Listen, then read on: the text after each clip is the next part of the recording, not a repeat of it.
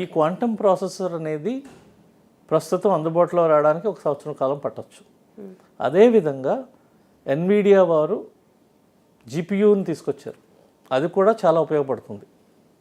అలాగే మనకి cloud computing, ఈ మూడు కలిస్తే అది ఒక డెడ్లీ కాంబినేషన్ అయ్యి మొత్తం సమూలమైన మార్పులు విద్యా విధానంలో వస్తాయి.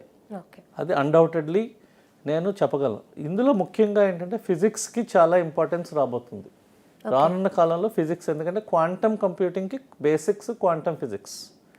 సో తల్లిదండ్రులు ఆలోచించాల్సింది పిల్లవానికి అతని అభిరుచులను బట్టి మన జిడి గోయంకా యూనివర్సిటీలో అన్ని రకాలైన ప్రోగ్రామ్స్ ఉన్నాయండి. ఇంజనీరింగ్ చదివితేనే ఉద్యోగం వస్తుంది అనేది ఒకప్పుడు మాట. ఈరోజు మనకి బీటెక్ అగ్రికల్చర్ ఇంజనీరింగ్ ఉంది, బీటెక్ బ్యాచిలర్స్ ఫ్యాషన్ డిజైన్ ఉంది, మన దగ్గర హాస్పిటాలిటీ అండ్ కల్నరీ ప్రోగ్రామ్స్ కూడా ఉన్నాయి. ప్రస్తుతం భారతదేశం 140 కోట్ల జనాభా.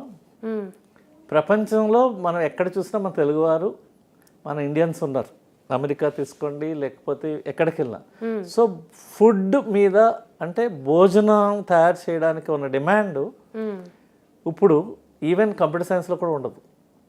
అండ్ ఫ్యూచర్లో ఈ ఆర్టిఫిషియల్ ఇంటెలిజెన్స్ అనేది అన్ని ప్రోగ్రామ్స్లో కూడా వెళ్ళబోతుంది.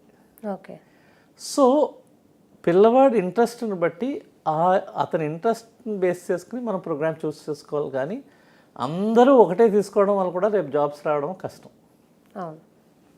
Okay sir.